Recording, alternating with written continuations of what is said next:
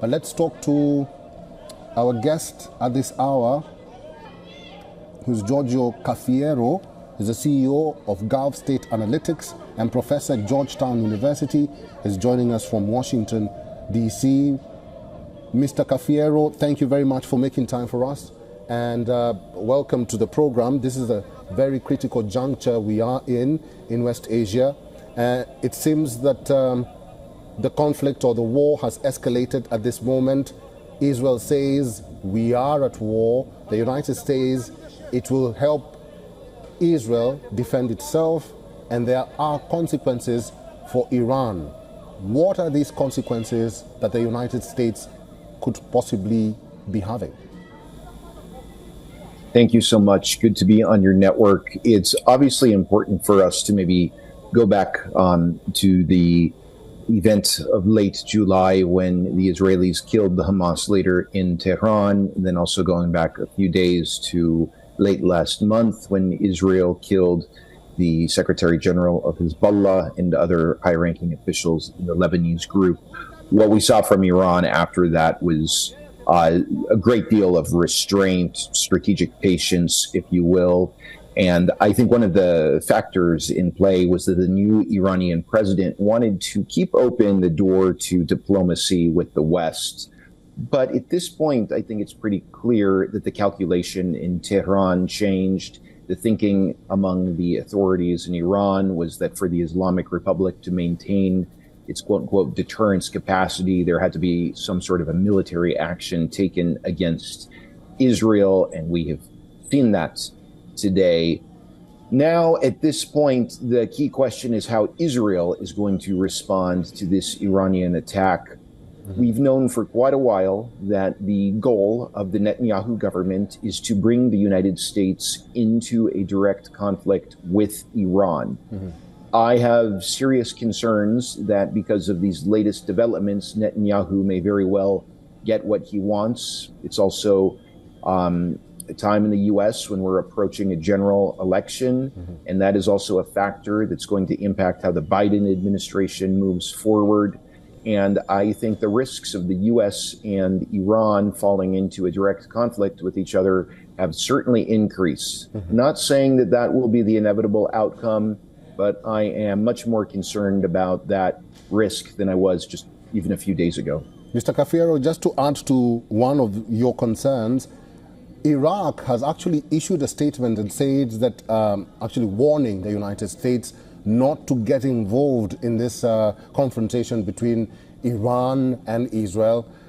How can this situation or this war or this conflict be averted from getting worse? Because I've been talking to the former spokesperson of Israel, Elon Levy, who says that it's pretty hard, it's pretty difficult for the countries in that region to come to a consensus, to come to a conclusion on how this matters or how this war or issue can be resolved.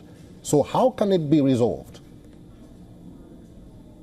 Well, definitely the Arab states in the Persian Gulf and elsewhere have very valid concerns about how they could become collateral in some sort of wider conflict that engulfs the Middle East at large. Iraq, being a neighbor of Iran that has very deep ties to Iran, but also has a close relationship with the United States, has been under a lot of pressure for many years as tension between Washington and Tehran intensifies. So right now, these countries, such as Iraq, GCC countries, want to see a ceasefire in Gaza, and they want to see a ceasefire along the Israeli-Lebanese front as well.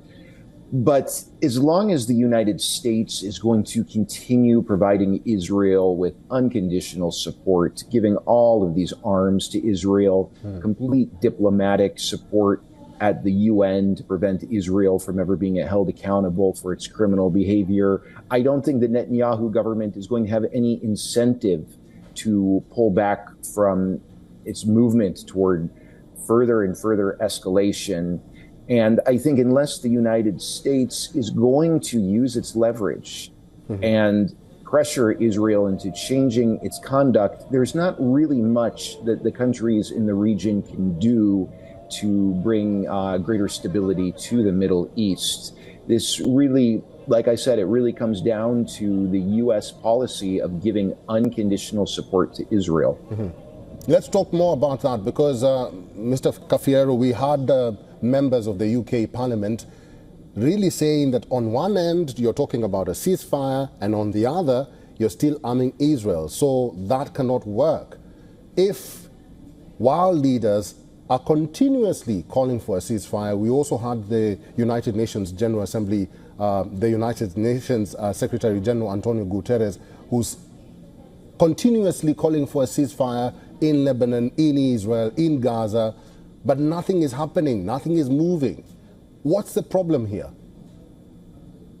This goes back to what I was saying just a moment ago about the U.S. support for Israel. It doesn't matter how many officials at the UN or how many heads of state or lawmakers in countries worldwide are calling for a ceasefire, as long as the United States continues giving Israel unconditional military, economic, and diplomatic support, it's very difficult for me to imagine a scenario whereby Israel feels that it has an incentive to agree to some sort of a ceasefire, both in Gaza and vis-a-vis Lebanon.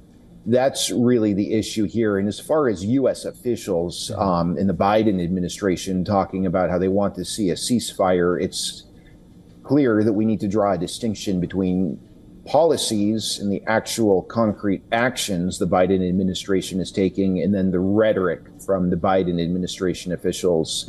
If this unconditional support from the U.S. continues and all these arms transfers continue, this rhetoric about the need for a ceasefire will mean absolutely nothing. And this is what we've seen in Gaza throughout the past 12 months, and it also applies to the situation in Lebanon as well. The words from Biden administration officials will only mean something if they are backed up by real policies in which the U.S. actually uses its leverage to influence Israeli behavior. We're not seeing that, and I'll go to say that no matter whether we have Trump or Harris in the Oval Office next year, I think it's going to be more of the same. Giorgio Cafiero is the CEO of Gulf State Analytics and professor at Georgetown University. Cafiero, stay with me. For all the latest news, download the WION app and subscribe to our YouTube channel.